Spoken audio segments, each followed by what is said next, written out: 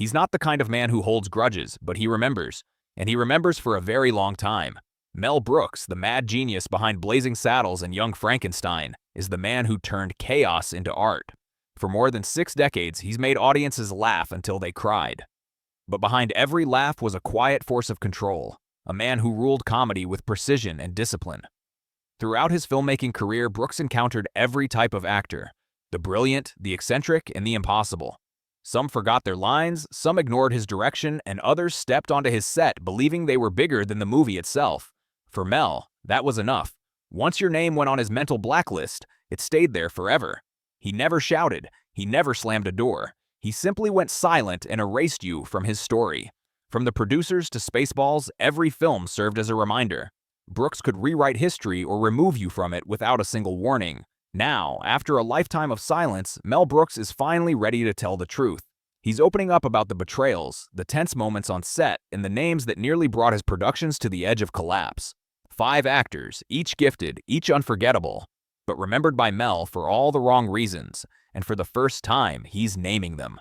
Which faces made Mel Brooks say never again? Who were the stars talented enough to shine, but too proud to stay? Stay until the end, because what you're about to discover might just change the way you see Hollywood's most beloved legends. Number 1, Gene Wilder. Some betrayals come from strangers. Mel Brooks's deepest wound came from a friend. Gene Wilder wasn't just another actor. He was Brooks's creative twin, the spark to his fire. Together, they didn't just make comedies. They changed what comedy could be. The producers, Blazing Saddles, Young Frankenstein. Each one wasn't just a hit, it was a revolution. But after Young Frankenstein, something shifted.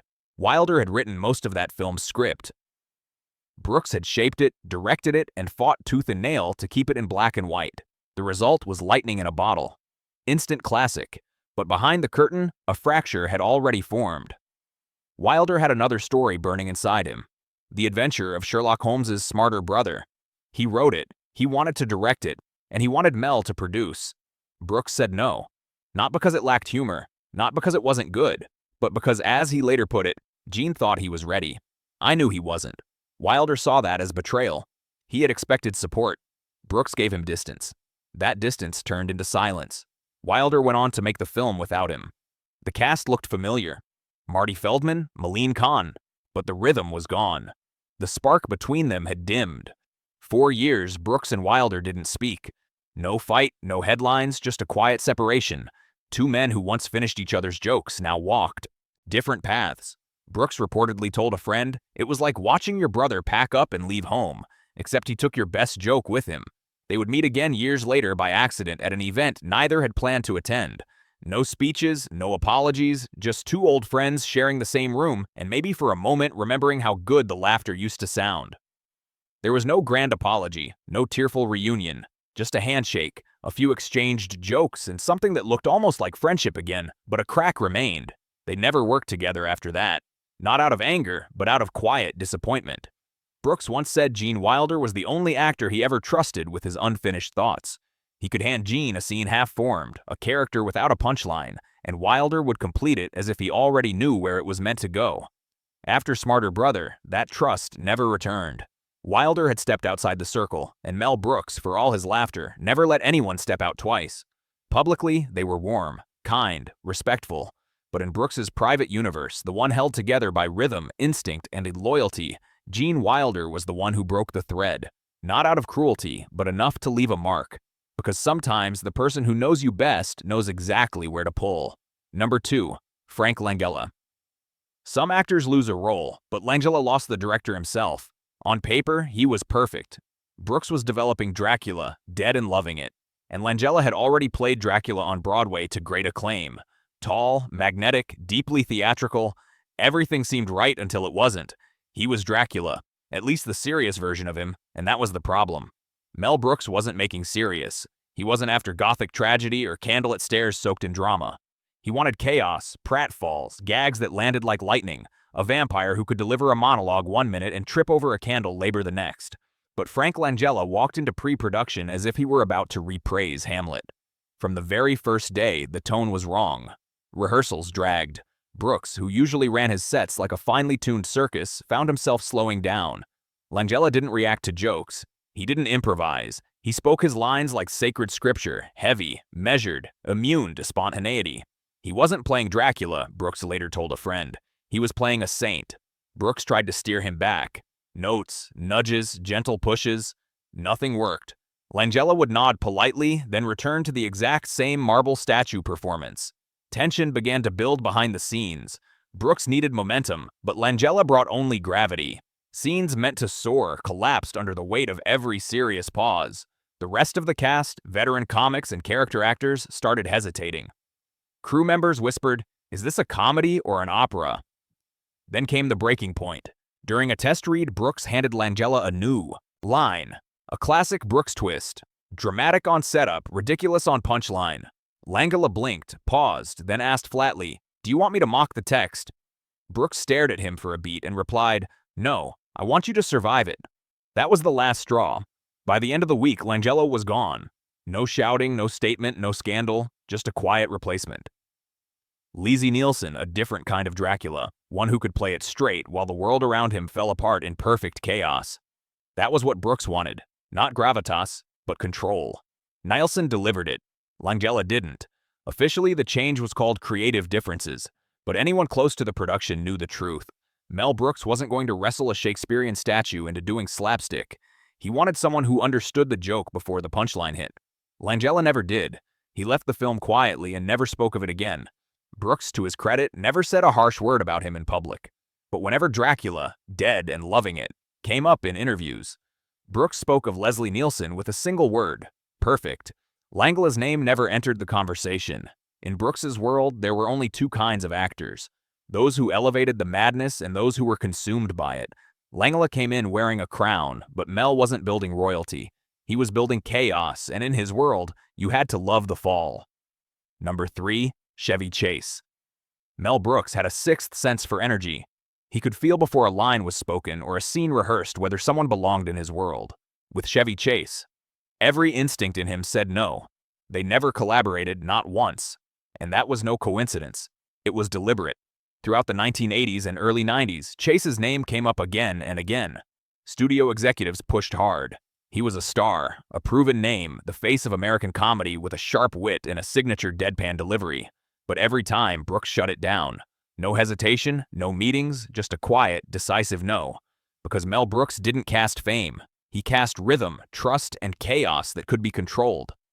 And in his gut, he knew Chevy Chase would never fit that dance. Why?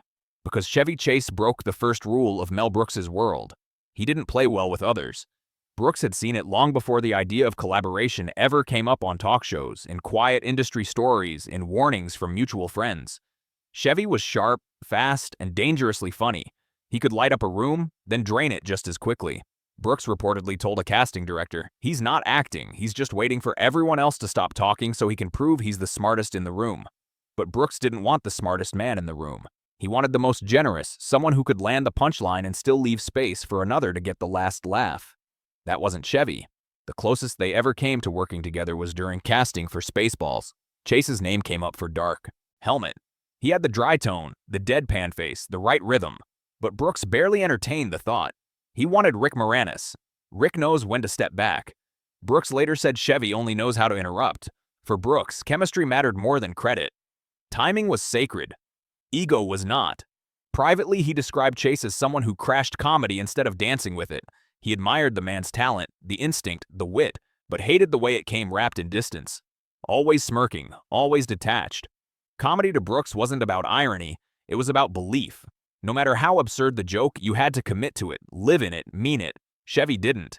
There was one meeting between them. Short, polite, and instantly forgettable. It ended with Mel offering a half smile and saying, "Maybe in another universe." Chase never made it into Mel's. Years later, Brooks hinted at it in an interview. Careful, measured without naming names. Some actors are so self-aware, he said, they forget to be present. You can see them thinking about themselves while they're supposed to be in a scene. The host asked if he meant Chevy Chase. Mel just smiled and moved on. For Mel Brooks, chemistry was everything. The shared rhythm, the space between lines, the invisible contract that every good comedy relies on. Trust me and I'll trust you. But Chevy Chase didn't trust anyone. He used silence like a weapon, words like knives, and every exchange had to end with him on top. Brooks never cared about winning. He cared about the ensemble, about balance, flow, timing, trust. In the end, Chase wasn't blacklisted. He was simply left out. Not because he wasn't funny, but because he didn't fit. And in Mel Brooks's world, misfits were welcome as long as they understood the rhythm, but ego disguised as confidence that stayed at the door. Number 4. Harvey Corman. On screen, Harvey Corman was gold. Brooks trusted him with some of the biggest laughs of his career, and Harvey delivered every one of them. Blazing Saddles, High Anxiety, History of the World, Part 1. Corman could hold a ridiculous face just long enough to make you burst out laughing, then drop it with perfect precision. But behind that brilliance, there was tension, the kind Brooks rarely talked about. Corman came from the Carol Burnett show where he was the backbone of sketch after sketch. He was used to freedom, loose scripts, improvisation, a room that bent around his instincts. But Brooks's sets didn't bend. They were orchestrated, precise, more symphony than sandbox. Every line, every reaction, every pause was part of a larger rhythm, and when someone drifted too far off beat, the whole piece faltered. Corman, for all his genius, drifted often. Their biggest clash came during High Anxiety. Brooks had cast him as Dr. Montague, the pompous, sinister head of the Psychoneurotic Institute for the very, very nervous. Corman wanted to reinvent the role. New quirks, new lines, even full rewrites. Brooks shut it down. "We already wrote the funny part," he told him. "We just need you to do it." Corman didn't take it well. The set grew tense. He began pausing between takes, questioning blocking, second-guessing timing. Brooks, usually the first to joke or improvise, started cutting conversations short. What should have been a smooth, playful shoot turned into a series of quiet standoffs. Crew members later called it passive warfare. No yelling, no explosions, just constant negotiation. Mid-shoot, Brooks confided to a producer, "Harvey wants to be the director, but I already have that job." By the final week, the two were barely speaking. Brooks gave notes through his assistant. Corman kept to himself between takes. The energy that once made Blazing Saddles sing had turned stiff and cold. The rhythm gone, the laughter forced, the trust quietly broken. The performance still worked. Harvey Corman was simply too good to let the tension show. On screen, he was flawless, timing sharp, delivery perfect. But Mel Brooks never forgot what it took to get there. After High Anxiety, Corman's name quietly vanished from future projects. Not out of anger, but out of exhaustion. Brooks would later explain it in his own way. Some actors bring joy to a set. Harvey brought brilliance, but it always came with resistance. There was no public fallout, no dramatic goodbye, just a quiet understanding that they'd gone as far as they could together. Corman stayed proud of their work. He spoke kindly of Brooks for years, and Brooks, to his credit, never denied Corman's impact on his best films. But the partnership was done. The rhythm had broken. And Mel Brooks, more than anything, built his world on rhythm. He could handle madness. He could handle divas, eccentrics, full-blown chaos wearing a costume. But when collaboration turned into competition, when laughter started to feel like combat, that was where Brooks drew the line. He didn't care about winning. He cared about the laugh. And when the laugh cost more than it was worth, he walked away. Number 5, Jerry Lewis. Mel Brooks admired genius, but he had no patience for arrogance. And with Jerry Lewis, he saw one buried inside the other. Both men were architects of comedy, builders of absurd worlds where chaos made sense. Both wrote, directed, and starred in their own visions. For years, studios dreamed of pairing them together. It never happened. Privately, Brooks described Lewis as brilliant and exhausting. He respected the Nutty Professor. He respected the legacy, the precision, the invention, but not the man behind it. The breaking point came in the mid-1980s during early casting talks for Life Stinks, Brooks's dark social satire about a billionaire forced to live on the streets. Someone floated Jerry Lewis for the lead. For the studio, it sounded like a dream. 2 comedy legends, 1 project. But for Brooks, it sounded like a nightmare waiting to happen. The studio had floated Jerry Lewis's name for a major supporting role. They claimed it would add prestige, a touch of brilliance. But Mel Brooks didn't buy it. "I don't need someone who thinks he's funnier than the film," he reportedly told his producer. Brooks knew Lewis's reputation, rewriting lines on the spot, hijacking direction, and consuming every bit of oxygen in the room. Brooks wasn't built to share control, not in the edit bay, not on the set. They met only once. A mutual friend had arranged dinner, hoping sparks might turn into synergy. Brooks came curious. Lewis arrived late, then launched into a non-stop 15-minute speech about the evolution of American comedy, barely looking at Mel across the table. Brooks listened, waited for a moment of connection that never came, and quietly excused himself before dessert. After that night, the idea was dead. Mel later said he didn't want to collaborate, he wanted applause. And that was that. Publicly, both stayed cordial. No open insults, no feuds. But insiders knew there was no warmth, no respect, no sense of a missed partnership, just mutual dismissal. Brooks once joked, "When it comes to comedians, I don't cast the ones who think they're the center of the universe. I already have a son." That summed him up perfectly. Mel Brooks built ensembles, ordered chaos, where madness had rhythm and ego served the joke, not the other way around. He let stars shine, but only if they understood the whole galaxy didn't revolve around them. Jerry Lewis couldn't fit into that orbit. His ego burned too bright, too self-contained. Brookie saw it clearly. Working with Jerry, he said privately, would have been nuclear. Not because of talent, but because of everything else. The rewrites, the explosions, the control fights. Too loud, too much, too late. There was never a scene, never a phone call, not even a real offer. Just a man Mel Brooks respected from afar. Because even geniuses can get exiled when they start mistaking the film set for a reflection of themselves. Brooks didn't need to raise his voice or make a scene. He simply closed the door quietly and for good. Some actors missed out because they weren't good enough.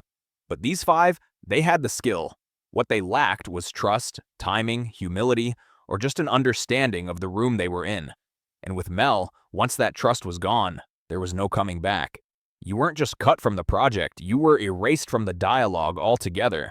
So tell me, who do you think almost ended up on this list? Or maybe should have? Drop your guesses in the comments below. And if you want early access to the next episode of Hollywood's Hidden Blacklist, don't forget to like, subscribe, and join the channel for members-only deep dives. Because in Mel Brooks' universe, getting cast wasn't the victory.